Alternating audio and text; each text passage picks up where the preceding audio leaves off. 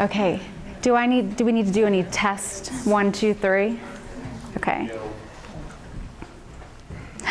You didn't see that. Okay, so like Sandy said, I'm Casey Stout, and what I decided to focus in on tonight is a part of my life when I started to ask myself different questions than I'd ever asked myself before, and it completely changed everything.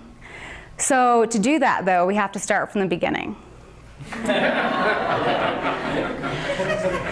Yeah. So 2 things I want you to notice about this photo. The first, I have red hair. Yep. And the second is no one else in the photo has red hair. Growing up, no one in my family had red hair. None of my friends had red hair, and no one in my school had red hair. So growing up with red hair was really hard. It was awesome in some ways, and it also got me in a lot of trouble. And then I saw Annie. And it rocked my world. I'm not kidding. 2 redheads who were sassy, funny, and smart, and who were dancing and singing. My red hair and I, we belonged in this world. So when people would ask me, what do you want to be when you grow up? I would say, I want to be an actress. So at age 10, I was in my first play, and I got a little bit into modeling. When I was 14, I attended high school for the performing arts, and I started to dabble in film and TV. And in college, I majored in theater. Now, I don't know when exactly it happened, but sometime end of junior year, senior year of college, I started to get really frustrated, and I was bored and depressed, and I didn't know why. Maybe it was just because I was about to hit the real world. I didn't know. So when I graduated college, I moved to New York City. Now I have my life ahead of me, so I decided I'm going to take the first 6 months and I'm not going to act. I'm going to be me for the first time since I was 10. And I was the happiest I could remember being in a really long time. And just after this 6-month break, a college professor called me and he said, hey Casey, come do a show with me outside of Boston. And I thought, perfect. I got through whatever it was I needed to get through. I'm happy, life is great. I'll do this show and I will fall back in love with acting. I just know it. So I'm on stage one night and I have this realization that no matter what I, Casey, wants to do in that moment, I can't. I have to say my character's lines. I have to wear her clothes. I have to say her words. And I got bored and frustrated and depressed all over again. I had built my entire life on the answer to the question, what do you want to be when you grow up? I wanted to be an actress. So when I got back to New York, I decided I'm going to work on the other side of the industry. I'm going to actually help represent models and actors for film, TV, and theater. Maybe that's where I belong. But it wasn't. I was miserable. But I didn't know what to do with all of these feelings because this was my dream, right? But I didn't want to be an actress. I knew that now. And I didn't want to work on the other side of the business. So now what? And as I'm asking myself this question, the calendar turns to September 11th, 2001. And I'm not going to go into my experience in New York City this day because all of us in this room have our experiences of 9/11. What I want to focus on is how 9/11 affected my whole life. At first, I was just so upset that I was still alive. When there were people that died that day who knew exactly what they wanted out of life, they had families, they were contributing to society, and here I was, I'm 23, and I have no idea what I'm going to do with the rest of my life. And then, something that I've always known but didn't understand, I started to understand. And that is that no matter who you are, and no matter what you're contributing, no one is more important than anyone else. Any of us can die at any moment. And with that realization, for the first time in my life, I saw my life as the greatest gift I had ever been given.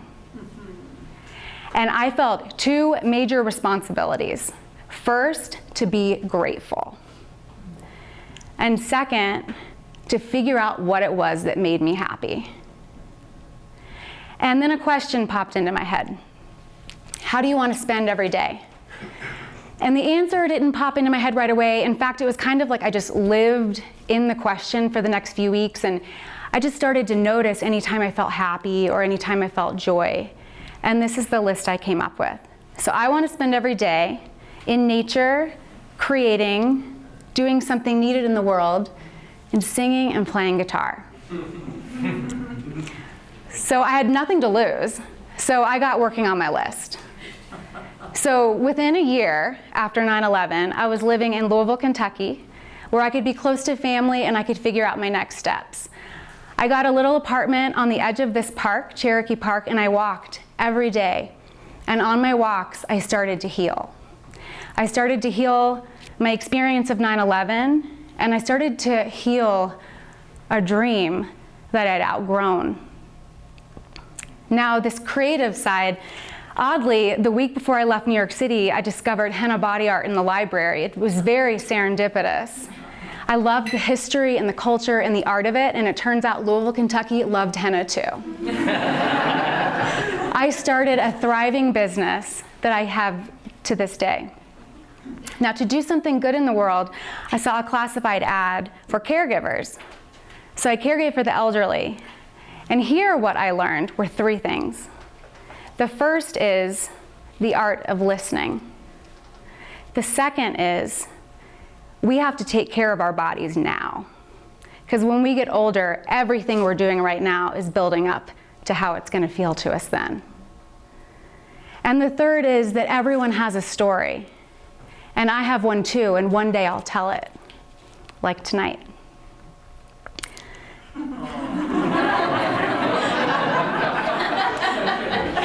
And then I met this guy. This is Dick Stout. He is now my husband, and he wears this shirt proudly. And what I loved about Dick from the moment I met him is that, like me, he was an explorer. Except while I was exploring my inside world, he was exploring the outside world. He was out hiking mountains and rafting rivers. So he brought me out to Jackson Hole for a summer. And I loved how here, nature is as powerful as art is. And when you get those two things together, something indescribable happens. So by the end of the summer, we'd made our decision, we were moving here. I got a job at the Jacksonville Chamber of Commerce, where I get to be around amazing coworkers and brilliant entrepreneurs every day. I've also started drawing and painting and expanding my definition of body art and writing.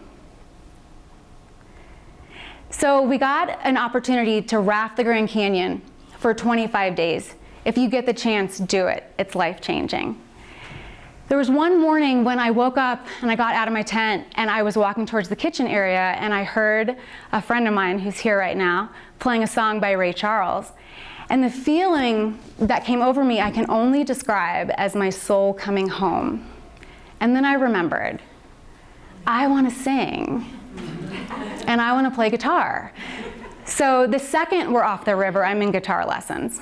And I've been singing since forever, so within no time I was out playing at events and parties, maybe not really well, but I was out doing it.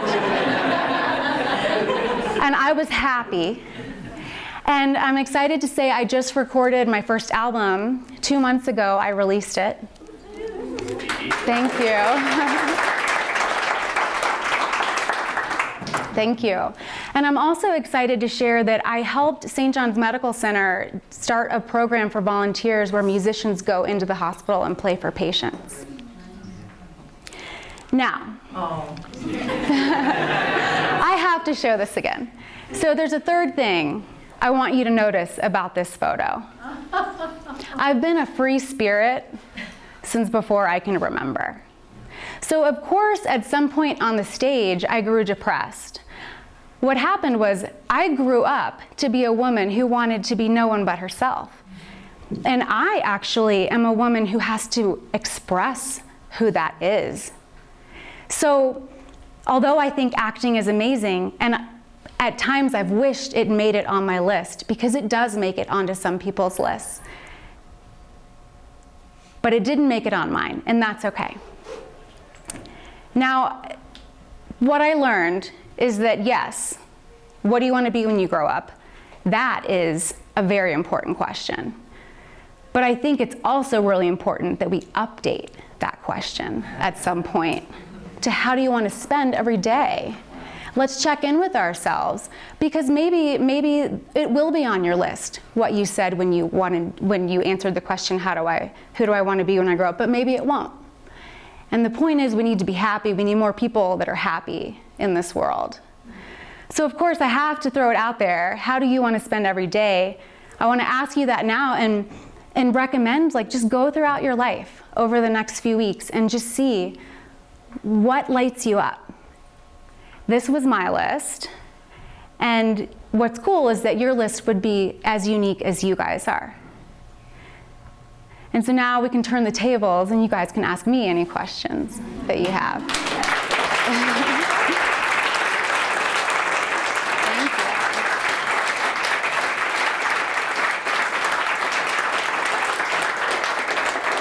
Thank you.